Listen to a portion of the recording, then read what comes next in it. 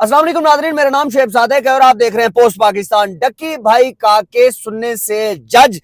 Justice Farooq Haider साहब ने साफ साफ इनकार कर दिया। उन्होंने कहा कि मेरे कुछ मामलात हैं जो जिसकी वजह से जो है ना मैं वो सुन नहीं सकता, मैं थोड़ा मसरूफ हूँ, इस वजह से मैं मादरत करता हूँ, ये केस जो है मैं सुन नहीं सकता। उसके बाद डक्की भाई की फैमिली एक गम में मुब्तला हो गई। वहां पर देखा जा सकता था कि जो लोग हैं वहां पर उनको जो है ना उनके चेहरे रोने वाले हो गए थे। बेचारे बेचारे ये सोच कर आए थे कि हम जो है अब अपने भाई को या अपने बेटे को डक्की को लेकर जाएंगे, लेकिन मामलात कुछ मुख्तलिफ हो गया। और ये मैं आपको बताता जाऊं कि ये केस सुनने से क्यों इनकार किया जज साहब ने, और ये केस कब जो है वो अब समाअत के लिए लगेगा, ये सारी चीजें मैं आपको बताऊंगा। और ये भी बताता जाऊंगा ये केस कौन से जज के पास जाने वाला है, ये मुकम्मल मैं आपको इस वीडियो के अंदर बताऊंगा। पहली बात तो ये है कि जिस दिन जस्टिस फरूक हैदर साहब ने इस केस को सुनने से इनकार किया, और उसी दिन ही वकील साहब ने कहा कि डक्की के जो वकील साहब थे उन्होंने कहा कि जनाब आज ही इस केस को जो है नामजद किया जाए और चीफ जस्टिस हाई कोर्ट की तरफ जो है ना भेजा जाए, ताकि वो जो है ना आज ही किसी जज को रेफर कर दें। लेकिन उन्होंने कहा कि जनाब मैं नहीं कर सकता, ये जस्टिस जो है वो नीलम साहिबा है चीफ जस्टिस, वो जो है वो आगे जो जिस मर्जी जज को दें, लेकिन आज मैं इस केस को नहीं सुन सकता और मादरत मैं कुछ जो है ना वो मेरे अपने मसाइल चल रहे हैं। उसके बाद जनाब मुझे एक खबर मिली है कि जनाब जस्टिस शहराम साहब के पास ये केस लगेगा, क्योंकि ये एक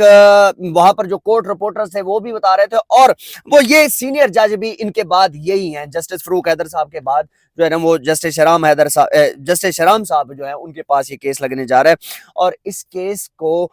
की जो समाअत होगी वो पीर वाले दिन ही होगी, पीर वाले दिन समाअत होगी। और उसके बाद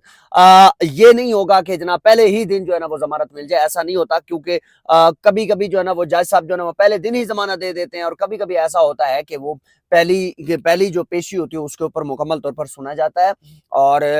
जो एनसीसीए के जो है ना वो वहां पर प्रोसिक्यूटर है उनकी भी सुनी जाएगी, और यहाँ पर डक्की केस के जो वकील हैं उनके बारे में भी जो है ना वो दोनों के दलाइल जो सुने जाएंगे। ऐसा पॉसिबल भी हो सकता है, माइट भी कि हो सकता है कि जनाब डक्की को जो है ना वो पहले दिन ही मिल जाए, लेकिन मुझे नहीं लगता, जहां तक मैंने कोर्ट्स को सुना और देखा कि पहले नहीं तो दूसरी जो है ना पेशी पे डक्की को जो है वो जमानत मिल जाएगी। लेकिन बात करने का मकसद ये है कि यहाँ पर जो है वो एक मैं इम्पोर्टेंट बात आपको बताता हूँ कि डक्की के जो तफ्तीशी थे शुएब रियाज, जिन्होंने $3,26,000 जो है वो डक्की के बायनामो अकाउंट से निकाला था जनाब, वो जो है वो उन्होंने डायरेक्ट ही अपने अकाउंट में ट्रांसफर कर लिया। आप अंदाजा लगाएं कि कितने ऐसे जो है ना वो बेशरम लोग थे कि उन्होंने ये नहीं सोचा कि हमें कौन पकड़ने वाला है कौन नहीं पकड़ने वाला, उन्होंने ये जो है ना वो डायरेक्ट अपने अकाउंट में जो है ना वो अपने ही अकाउंट में पैसे डाल लिए। ये वो शख्स है जिसकी वजह से जो है ना डक्की का केस जो है वो बहुत ज्यादा स्ट्रांग हुआ है, और ये जो एनसीसी है जो है वो ज्यादा वीक हुई है। उसकी रीजन ये है कि इस बंदे ने जो करप्शन की वो हड़प कर ली, पैसे इन्होंने खा लिए, और 90 लाख रुपया जो है वो अरूब से जो डक्की की बेगम है उनसे ले लिए। तो ये बेसिकली जो करप्ट अफसरान थे इनके ऊपर जो है वो अब जब शिकंजा जो है वो कसा गया, तो अब जो लोग डक्की को इन्वेस्टिगेट कर रहे थे वही अब करप्शन में है। अब आप अंदाजा लगाएं कि जो ऑनरेबल कोर्ट है वो इस चीज को देखती है कि जनाब ये वो लोग हैं जिनको जो है वो जो इन्वेस्टिगेशन कर रहे थे, अब वही लोग जो है ना वो करप्शन में मुलविस हैं, और वो भी डक्की के केस के ही करप्शन में मुलविस हैं जनाब। एक और अहम खबर आपको देता जाऊं कि साजिदा अहमद जो के जज थी डिस्ट्रिक्ट कोर्ट की, जिन्होंने डक्की की जमानत को मुस्तरद किया था कि ये जमानत नहीं हो सकती, उसके बाद डक्की जो है वो वहां पर हाई कोर्ट में चला गया था। तो ये भी मैं आपको बताता जाऊं कि साजिदा अहमद जो जस्टिस थी उनको जो है वो ट्रांसफर कर दिया गया, वहां से उनको जो है वो लाहौर से कहीं और ट्रांसफर कर दिया गया है। तो जनाब ये मैं आपको बताऊं कि ये पहले ही समातों के अंदर जो जज थी डिस्ट्रिक्ट कोर्ट की, ये उनके अमल में ये सारी चीज आई थी, और डक्की का केस सुना भी उन्होंने था, लेकिन उसके बाद उन्होंने उनकी जो जमानत है उसको रिजेक्ट कर दिया था जनाब। ये पूरे का पूरा एक जो है वो मैं आपको केस बता चुका हूं, लेकिन ایسا ممکن ہو سکتا ہے کہ پہلے دن ہی جو ہے نا وہ ڈکی کو ضمانت مل جائے، لیکن لگتا نہیں ہے، لیکن دوسری پیشی پہ انشاءاللہ تعالیٰ وہ جو ہے ان کو ضمانت مل جائے گی۔ اور ڈکی کا کیس سننے سے جسٹس فاروق حیدر صاحب جو ہے وہ انہوں نے کیوں انکار کیا؟ جناب کافی ٹائم سے جو ہے نا وہ انہوں نے کچھ چھٹیاں نہیں لی تھی جج صاحب نے، اور جو وہاں سے مجھے سورس سے پتہ چلا تو انہوں نے کہا کہ جناب جج صاحب نے جو ہے نا کافی دیر سے چھٹیاں نہیں لی تھی، وہ فیملی کے ساتھ کوئی ٹائم گزارنا چاہ رہے تھے، جس کی وجہ سے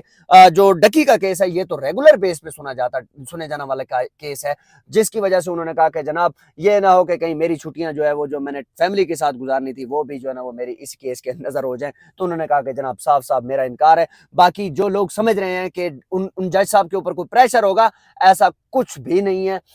ہر بندہ جو ہے وہ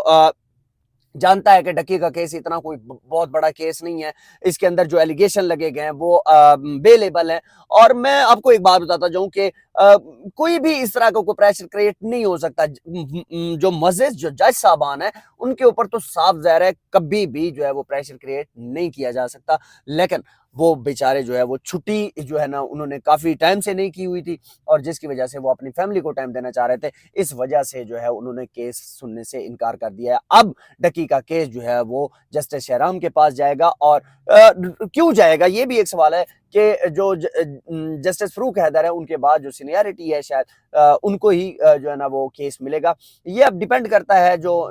جسٹس نیلم صاحبہ ہیں، چیف جسٹس نیلم صاحبہ ہائی کورٹ کی، ان کے اوپر ڈیپینڈ کرتا ہے کہ وہ کیس کس کو جو ہے نا وہ ٹرانسفر کریں گے۔ لیکن میرا جو ایک اندازہ ہے اور وہاں پہ جو میرے سورس ہے انہوں نے یہ چیز بتائی ہے کہ جناب ڈکی کو جو ہے اب جسٹس شہرام جو ہے وہ جو ہے نا وہ ان کے پاس کیس جائے گا۔ دیکھتے ہیں کہ کیا ہوتا ہے۔ آپ